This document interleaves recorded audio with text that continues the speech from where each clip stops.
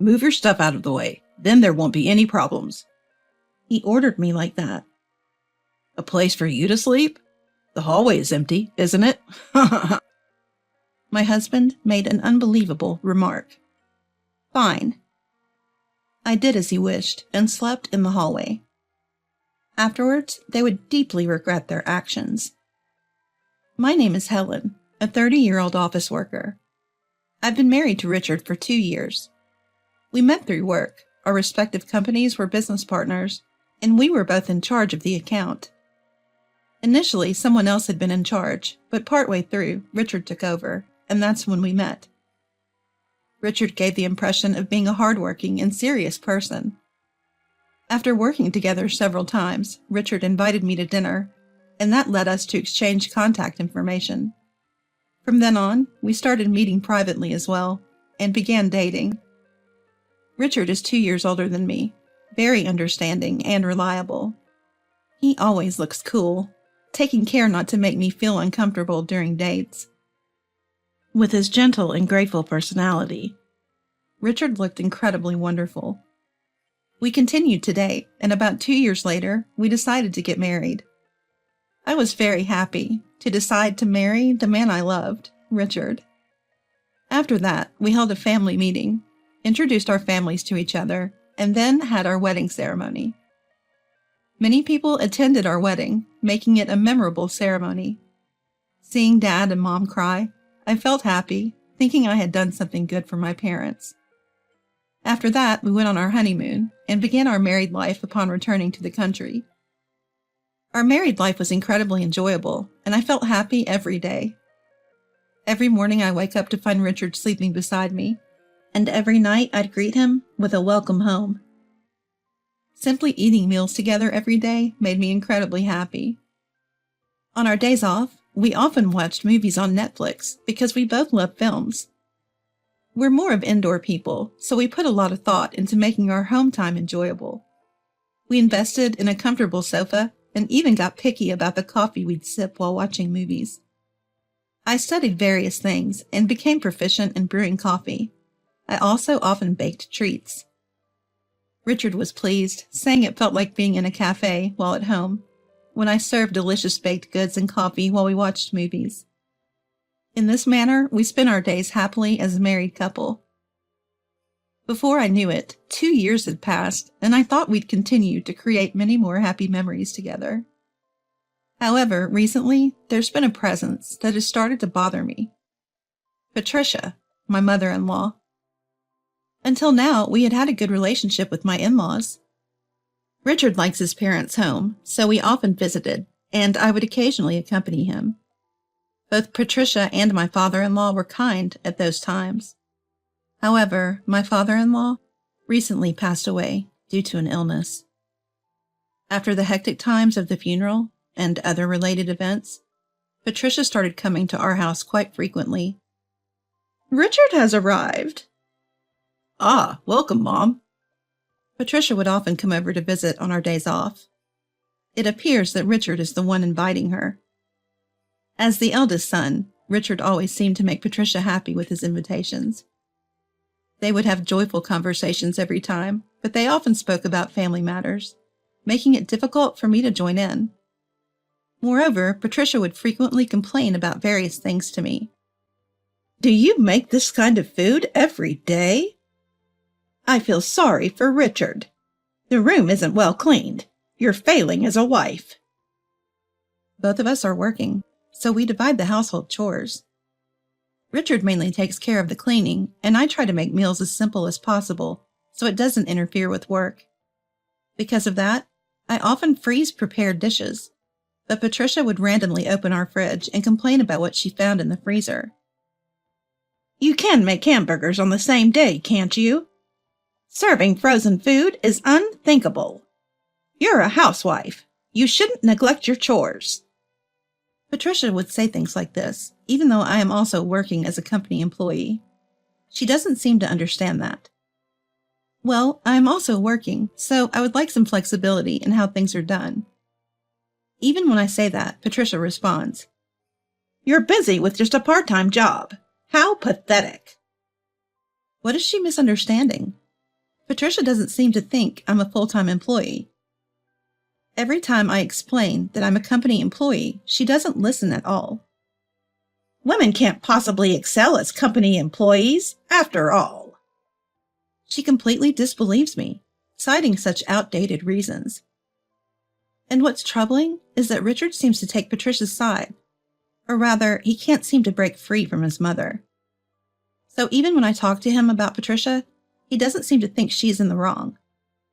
Mom is a bit scatterbrained. I know saying she has old-fashioned views sounds negative, but why not just think of her as traditional?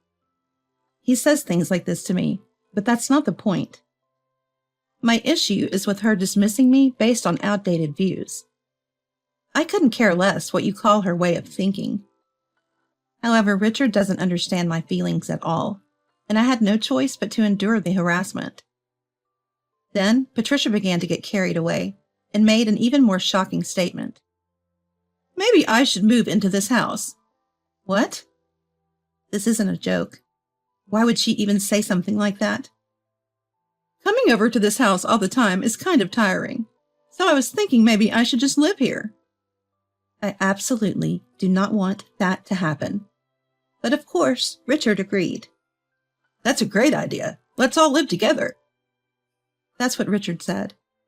I talked to Richard after Patricia had left. You agreed to live with Patricia, but what are we going to do about the rooms? Our house is a 2 LDK, and we don't have any spare rooms. We were using the 2 rooms as a bedroom and a storage room for our belongings. Therefore, there's no space for Patricia to live if she comes. What on earth is Richard planning to do? Then, Richard said something unbelievable. Just clear out your stuff. Then there won't be any problems. He ordered me like that. What? I was surprised that Richard would suddenly say something like that, and also shocked at his attitude. Why is he suddenly so cold? Why are you speaking so harshly? Mom said you were bullying her. What? You spoke insultingly about Mom, didn't you? I had no idea what he was talking about. While it's true that Patricia had said unreasonable things to me, and I had retorted, I hadn't used any language that could be considered insulting. Probably Patricia said that to discredit me. I haven't said anything insulting. Don't lie. I'm not lying. So you're saying Mom is lying? Yes, Patricia is spouting nonsense. Hearing that, Richard's face turned bright red with anger. Cut it out. So Mom was right. Your true nature is terrible. Why won't you believe me? Obviously, I believe what Mom says is correct. Anyway, clear all your stuff out. We're putting Mom's stuff in. Mom and I will share the bedroom. So where should I sleep then? Where can you sleep? How about the hallway? Richard made an unbelievable statement. Fine. I really can't believe it. How could he do such a thing?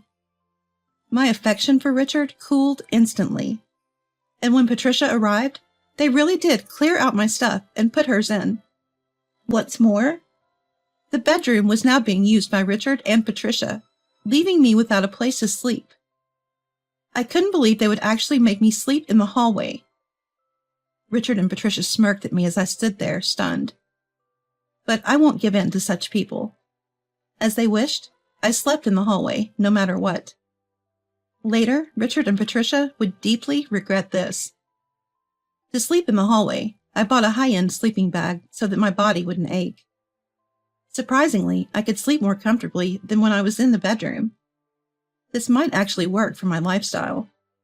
Plus, Richard's snoring often kept me awake, so maybe not being bothered by that is a good thing. While staying positive, I was set on getting my revenge on Patricia and Richard. I started keeping a daily log of the harassment I was subjected to. Patricia made it easy for me to record her, since she would loudly berate me. I documented every instance of her bullying me, making it look tough even though I was actually comfortable. About 3 months later, one day Richard brought a colleague home from work. Apparently, they decided to continue their night out by drinking at our place. Patricia took this as an opportunity to act like a good person and try to impress Richard's colleague. Your mom seems like a kind person." Hearing that, Richard looked quite pleased. I was busy making food and preparing drinks. They kept the party going, and eventually Richard's colleague decided to stay the night. "When I was told there was no guest room, I said I don't mind at all and would be fine with sleeping on the floor." However, I couldn't let a guest sleep on the floor, so I suggested the sofa. The sofa is made of good material, so it shouldn't be too uncomfortable. When we offered, Richard's colleague gratefully accepted and decided to sleep on the sofa. Richard and Patricia, perhaps worn out from talking nonstop and drinking too much, looked sleepy as they headed to the bedroom. As usual, I prepared my sleeping bag in the hallway after cleaning up. I also continued my habit of recording the harassment I endured from Richard and Patricia. Just then, Richard's colleague opened the living room door to use the bathroom and was surprised to find me in the hallway. "Whoa, you startled me. What are you doing here?" I had forgotten to move because sleeping in the hallway had become such a routine for me. But at this time, I saw this as an opportunity. "I've been told to always sleep in the hallway." "What?" Richard's colleague seemed sober now and was listening intently to what I had to say.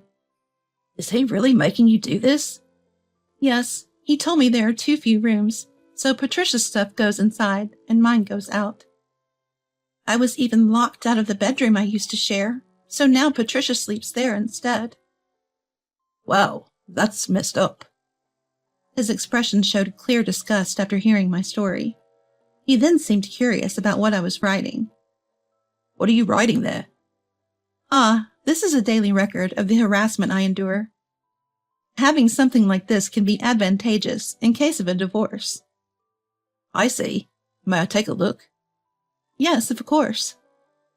I showed him the journal where I recorded the daily harassment. He skimmed through the contents, then returned the journal to me with a sigh. "Richard's mother is quite terrible too, isn't she? To be honest, I never thought he'd be such a lowlife. You should leave him as soon as possible. I know some lawyers, so if you'd like, I can help." "Thank you." This was a lucky break. He had essentially witnessed Richard and Patricia harassing me. This meant I now had someone who could vouch for the fact that I was being subjected to this treatment. This would undoubtedly work in my favor during the divorce proceedings. He then gave me his business card for work, mentioning that I could email him if I needed a lawyer's recommendation. The fact that he chose to give me a business card instead of directly exchanging WhatsApp information showed that he was considerate and professional. He mentioned he's in sales, and I got the impression he's very competent at his job. Richard's colleague left early the next morning. Patricia and Richard cheerfully offered him breakfast, but he declined with a strained expression. Well, if he knew their true nature, he'd probably find them quite distasteful. After he left, Patricia and Richard started complaining that my hospitality was lacking. "You should have prepared breakfast in advance." "If people see you preparing it only now, they will politely decline and leave." While they accused me, the truth was that his colleague seemed eager to leave early, which is why I didn't bother preparing breakfast. I was already at my limit with their baseless accusations. I immediately sent messages to the colleague asking for a lawyer recommendation. When I showed the lawyer my harassment journal, they told me that not only could I divorce Richard on the grounds of his behavior, but I could also claim compensation for the emotional distress they had caused. I went to the office to get the divorce application form, and upon returning home, thrust it in front of Richard. "I can't tolerate this life anymore. Let's divorce." Upon hearing this, Richard looked shocked. However, Patricia seemed extremely pleased. "Isn't it great? You can get rid of unpleasant people. I always thought Richard deserved better.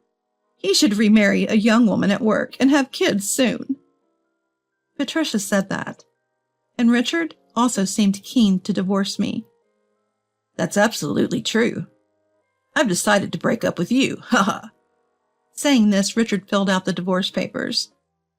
"Then I'll go submit these now, and then I'll pack my things and leave." Hearing that, both of them looked extremely pleased. Let's go celebrate today. How about we order some top-grade sushi? Ignoring their jubilant chatter, I left the house to submit the divorce papers to the office. Finally, I would be free from that house. Submitting the divorce papers lifted a huge weight off my shoulders. Then I returned home and packed my belongings. Guess we won't be seeing each other anymore. Don't come crying to us when you're single and struggling. Both of them said that in a condescending manner. Standing at the doorway, I retorted to Richard and Patricia. As if I would ever rely on a spineless mama's boy and his foolish parents. What did you just say? How dare you say that? Patricia and Richard blushed with embarrassment at my harsh words. I'm just telling it like it is. I won't forgive the constant torment and bullying you've put me through. I've already hired a lawyer. So I will sue you for the emotional distress you've caused me with your words and actions. Upon hearing this, both looked extremely flustered. Wait, are you serious about suing? We haven't done anything that bad, have we? If you lack awareness, all the more reason for you to experience the consequences. In any case, I'll be sending a certified letter, so you can check the details there. Both of them went silent, their faces pale. In my heart, I yelled, "It worked!" and felt a surge of joy throughout. Even now, remembering the troubled faces of Richard and Patricia makes me smile.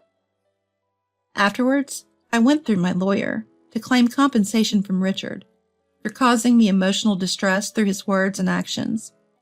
With ample evidence available, he had no choice but to pay. Moreover, that colleague of his spread word of Richard's unacceptable behavior within the company. Now Richard is looked at with cold eyes by his coworkers.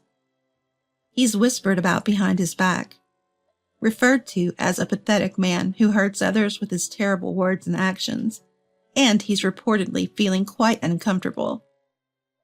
However, with the payment of the compensation due in the divorce proceedings, and having to cover living expenses and rent for Patricia as well, Richard must be in quite a tough situation now, especially considering his salary isn't that high to begin with, and his career prospects have dimmed.